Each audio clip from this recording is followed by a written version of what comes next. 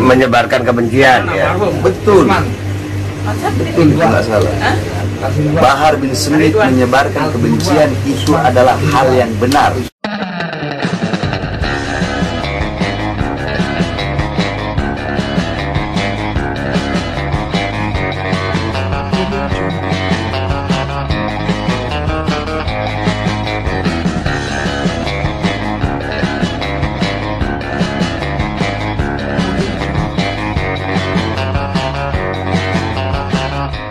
Assalamualaikum warahmatullahi wabarakatuh. Welcome back, selamat datang lagi di channel Babe Aldo bersama gue Babe Aldo. Yang malam ini gue alhamdulillah dekatan dikit itu kan mic-nya nggak ya. Gue sama Habib Bahar, sehat. Nih ntar gue cium tangan dibilang apa lagi nih? Soalnya deket sama Habib Radikal sih ya. Gimana Habib, sehat Habib? Nah suaranya beliau ini pelan, deketin. Baik, sehat, alhamdulillah.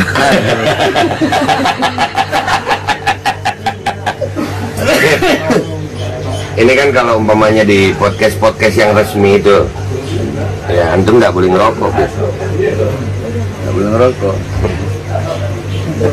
Nggak apa-apa. Udah matiin aja nggak boleh ngerokok.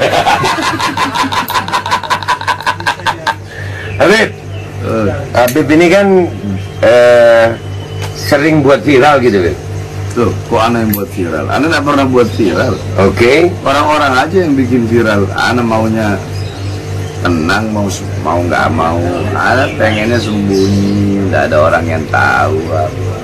Makhluk-makhluk aja. Berita-berita mau nutupin berita-berita lain kali mereka. Oh, jadi sebetulnya nggak pengen juga ya Beb? Ngapain? Ana nggak pengen dikenal orang. Orang-orangnya aja yang mau pengen kenal ya. Iya. Tapi Beb, ini kan sering Beb, orang-orang ini bilang Habib Bahar itu kok suka caci maki sih?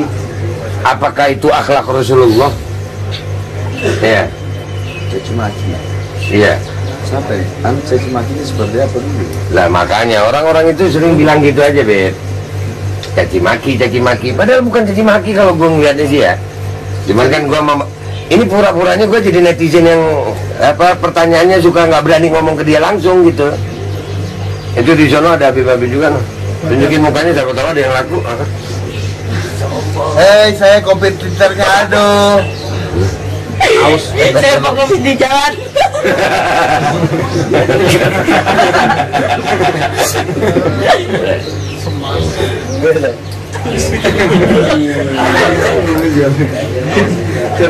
Anto, jangan lupa subrek, Anto selehetet.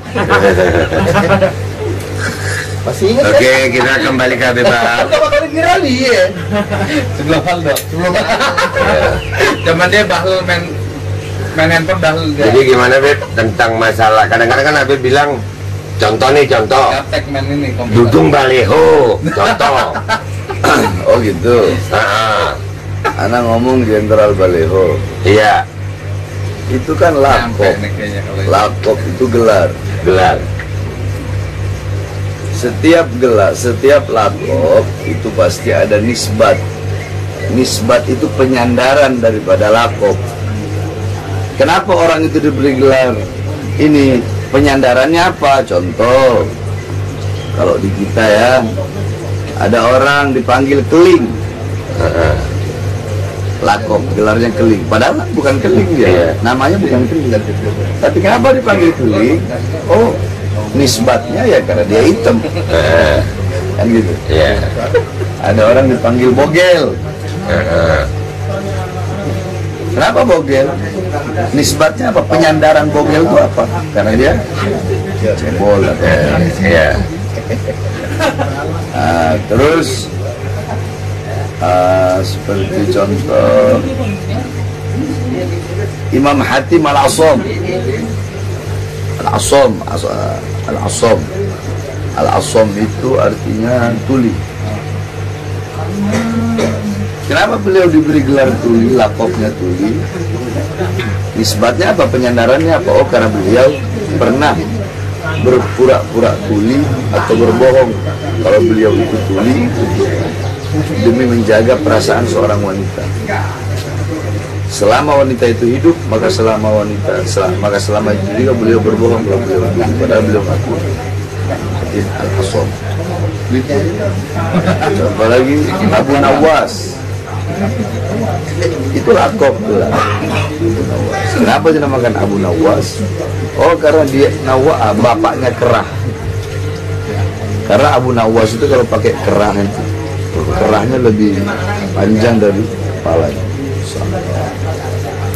Apalagi Sufyan Ats-Tsauri, Ats-Tsaur artinya banteng. Kenapa diberi lakop banteng? Nisbatnya apa? Penyandarannya apa? Oh, penyandarannya karena Sufyan Ats-Tsauri dulu pernah masuk masjid mendahulukan kaki kiri. Tiba-tiba terdengar suara dari langit, ya Tsaur qaddimul yumna. Hai banteng, dahulukan kaki kananmu. Semenjak itu beliau dipanggil Sufyan Ats-Tsauri. Bukan hanya orang saja, bahkan seperti tahun. Nah, ada namanya Amul Fil. Apa artinya? Tahun Al-Fil. Iya, tahun apa? Tidak tahu. Fil apa? Gajah. Gajah, ya. Kenapa dinamakan tahun gajah? Karena kejadian terbesar pada tahun itu adalah pasukan gajah datang menyerang Ka'bah. Ada Amul Huzun, tahun kesedihan. Kenapa dinamakan? Karena kejadian terbesar pada sepanjang tahun tersebut adalah wafatnya Sayyidatuna Khadijah dan paman Nabi dalam satu tahun yang bersama. Ada namanya Am Tajdidul Ka'bah, tahun pembaharuan Ka'bah, renovasi Ka'bah. Kenapa? Nisbatnya apa? Oh, karena waktu itu Mekah banjir sehingga Ka'bah direnovasi. Ya. Nah. Lombok, gelarnya Lombok itu apa? Negeri 1000 masjid. Ya. Kenapa? Lakopnya itu karena penyandarannya banyak masjid ya. Ya. Terus kenapa Habib manggil Dudung Jenderal Baleho? Lakopnya Jenderal Baleho. Nisbatnya apa? Karena bagi Ana prestasi terbesar dia adalah Nuruddin Baleho. Oh, iya. Itu nisbatnya. Jadi kan nggak jelek juga sebenarnya ya. Ya kalau dia perang sama OPM yang anak panggil Jenderal Pemberantas OPM. Nah, iya. Karena perangnya sama Baleho, ya, namanya Jenderal Baleho. Nisbatnya itu. Nisbatnya berdasar berarti ya. Ya iyalah, malah caci maki di mana? Nggak ada caci maki kok. Baperan orang-orang ini. Iya, tanggapannya antum, Beb. Antum kan ini ngomongin soal Dudung ini kan kepada Dudung. Terus ada Husin ini ikut melaporkan antum ini, Beb. Ana ini nggak kenal sama Husin. Ana baru kenal kemarin-kemarin aja lihat. Oh ini Husin. Itu serang urusan dia kan. Oke. Jangankan satu Husin, 1000 Husin ngelaporin Ana nggak ada masalah. Oke. Ya, ini Ana ada ide, Beb. Ana ada ide. Kan antum bermasalah sama Dudung karena ngeritik Dudung dinilai bermasalah nih. Padahal bagi kami nggak ada masalah itu. Ana nggak ada masalah. Nggak ada. Bukan hanya Dudung kok, semuanya juga. Iya. Dari zaman SBY juga SBY. Iya. SBY kalau ada kebijakan pernyataan yang nggak benar ya kita hajar. Iya. Ya kita lawan, ya kita. Sebetulnya Ana mau tanya, laporannya Husin apa? antum memelintir kalimatnya Dudung. Iya, yang dimasukkan pasalnya apa? Ya itu memelintir kalimat gitu. Jadi ada saranya juga. Cara menyebarkan kebencian. Menyebarkan kebencian ya. Betul. Betul, itu nggak salah. Bahar bin Smith menyebarkan kebencian itu adalah hal yang benar. Mama masih dekat Pak Yahya. Menyebarkan kebencian kepada apa? Bukan kepada siapa. Iya. Kepada apa? Kepada kezoliman. Bahar bin Smith menyebarkan kebencian kepada kezoliman, menyebarkan kebencian kepada ketidakadilan, menyebarkan kebencian kepada kemungkaran, kepada maksiat, kepada mungkarat, kepada dolalat, kepada sayyiat. Sehingga kalau ada orang yang merasa, berarti dia pelaku kezaliman, pelaku ketidakadilan. Jadi nggak ada unsur pribadi ya, Beb. Ana menebarkan kebencian. kepada kezoliman. Iya. Jadi kalau ada yang merasa tersinggung, ya dia pelaku kezoliman. Iya. Itu aja ribet amat. Iya, benar. Sebenarnya, Anda mau tanya lagi nih, Mit. Sebenarnya apa sih yang buat antum begini nih? Buat anak begini. Iya, kayak sekarang ini artinya. Kan kalau mau dipikir-pikir antum ini yang mau ngasih duit banyak. Iya kan? Diem aja dikasih duit, yakin gue. Betul. Iya, diem umpamanya nih. Diem. Beb, sudahlah diem, nanti pondoknya anak bangun. Kan pasti ada. Iya, karena kan memang ada yang imanuhum fi amplopihim ada. Ada yang biasanya kalau undangan ya apa misalnya gitulah. Iya kan? Yang biasanya kalau segitulah Beb ya. Nggak enak gua ngomongnya. Nah, yang buat seorang Habib Bahar bin Ali bin Smith kok mau-maunya ini kan yang antum posisi sekarang ini posisi rentan gitu, dimusuhi orang, dilapor-laporin orang, udah berapa kali di penjara, lu keluar kok masih gini lagi. Apa sih yang menyebabkan antum begini itu apa?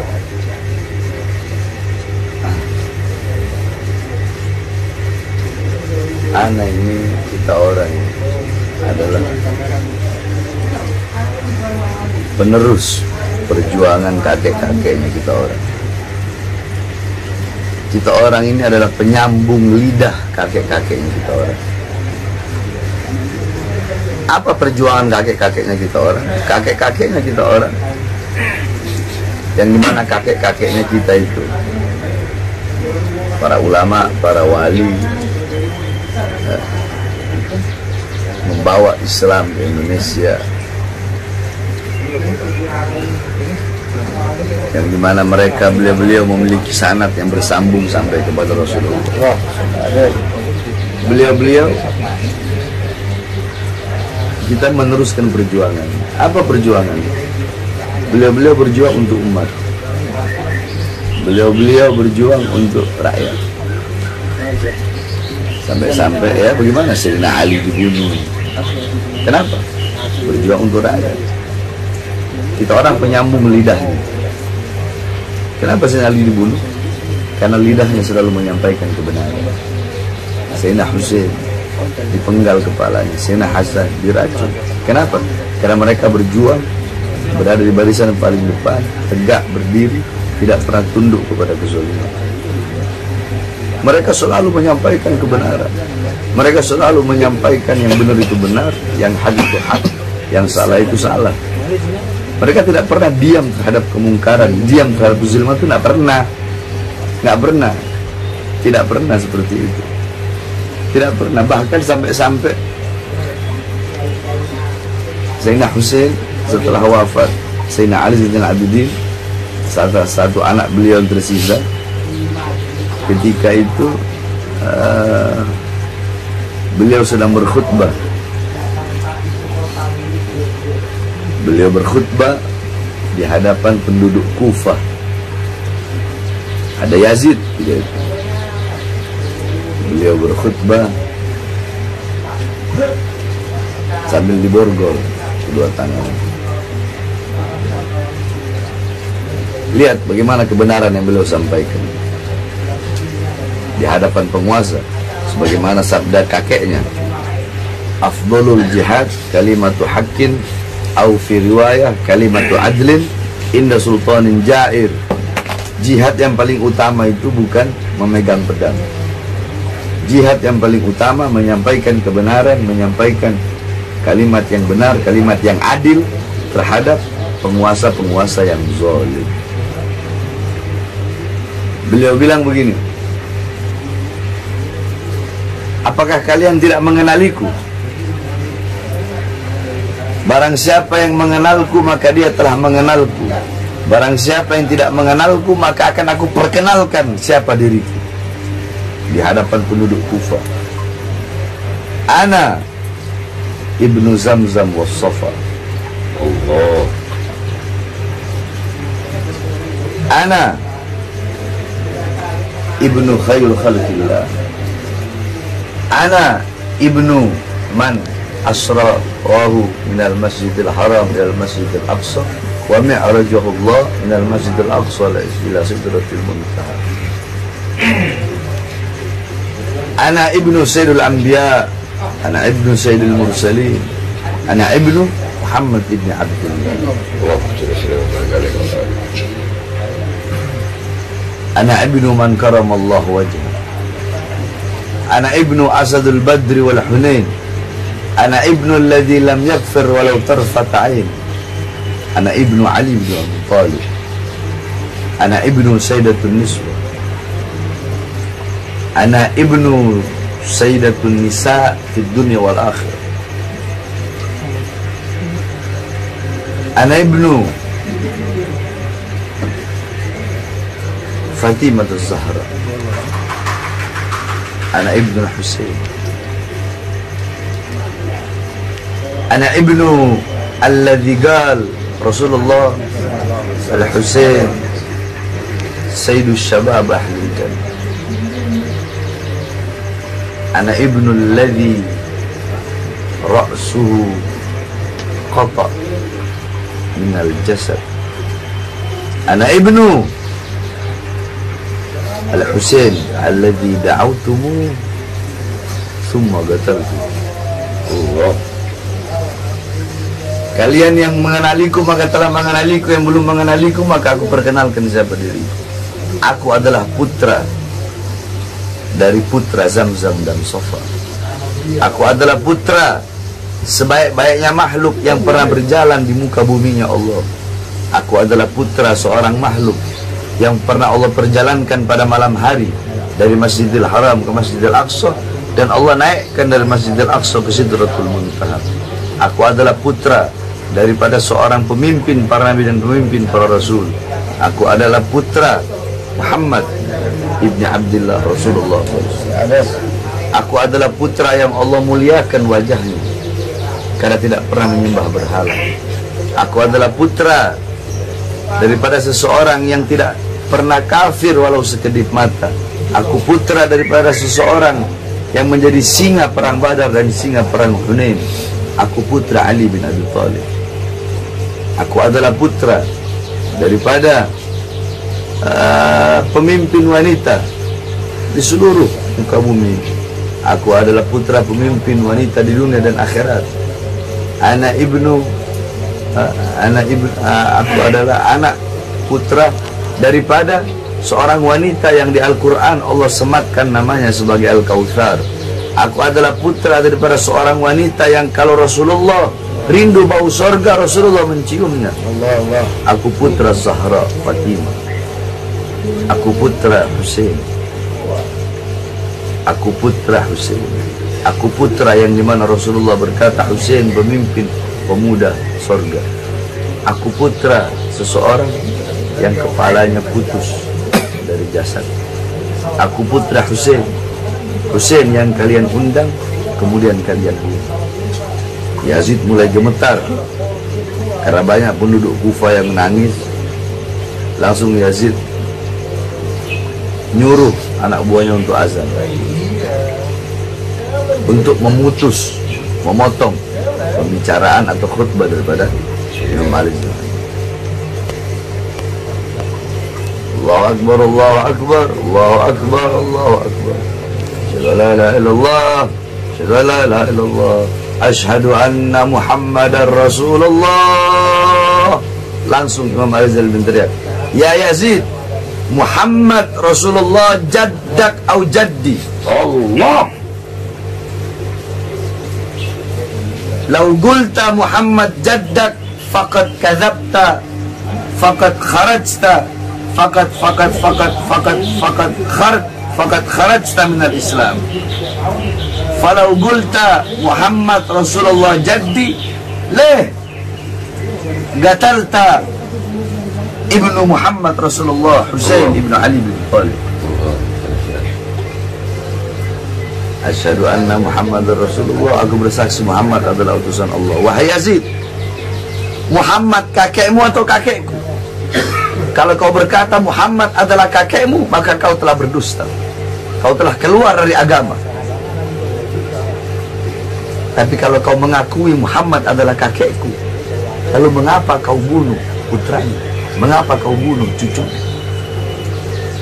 Beliau menyampaikan kebenaran di hadapan penguasa yang zalim, di hadapan penduduk. darah-darah beliau yang mengalir dalam tubuhnya kita orang, sehingga kita orang tidak akan pernah berhenti di dalam menyampaikan kebenaran dan melawan segala macam kezaliman. Allahu Akbar. Jadi kebawa dah gue nih. Alhamdulillah, Beb. Antum ini kan sekarang ngelihat perjuangannya Ana juga nih, Beb. Kita masalah mandatori ini. Menurut antum sendiri perjuangan ini gimana, Beb? Ana teruskan atau Beb? Masalah pemaksaan micin ini loh, Beb. Iya, pemaksaan vaksin. Tidak boleh paksa-paksa vaksin. Nggak boleh ya, Beb? Tidak boleh lah. Berarti kita harus berjuang terus ini ya, Beb? Setiap orang kan memiliki hak. Sama seperti orang mau berobat. Kalau dia tidak mau berobat, ya kan dia kan menanggung resiko. Kalau memang itu ada resikonya bagi dia, ya kan dia nanggung sendiri resikonya. Tidak boleh dipaksa-paksa. Berarti antum dukung perjuangan Ana nih, Beb ya? Oh ya, selama itu banyak manfaat untuk rakyat, Ana dukung 100.000%. Tuh, dengar. Alhamdulillah sampai hari ini yang kami perjuangkan ini, Beb, kami sangat yakin. Bahkan kemarin ke Kemenkes, Ana sampai berani bertanggung jawab kalau terjadi debat terbuka dengan Kemenkes. Kalau kami salah, maka Babe Aldo tanda tangan rela di penjara seumur hidup untuk mempertanggungjawabkan. Berarti kan antum tahu itu berarti keyakinan Ana benar luar biasa. Berarti insya Allah antum dukung ya, Beb ya? 100.000%. Dengar tuh, yang jelasin biar orang tahu tuh. Habib Bahar dukung nggak, Beb nih, Beb? 100.000%. Udah gitu ya, Beb ya? Udah nggak usah lama-lama ya, Beb? Gue mulai gemeter ini lama-lama. Nggak tahu mau nanya apa lagi. Mau minum kopi. Kopinya nggak ada. Kopinya kagak ada kok di mari. Oh, kopinya mau dikasih kopi Habib Bahar gue. Nggak boleh ngiri kalian. Azan subuh kita pamitan. Ya, ini pas azan subuh kita pamitan. Woi, sini, gua mau closing. Kameranya ke sini, gua mau closing.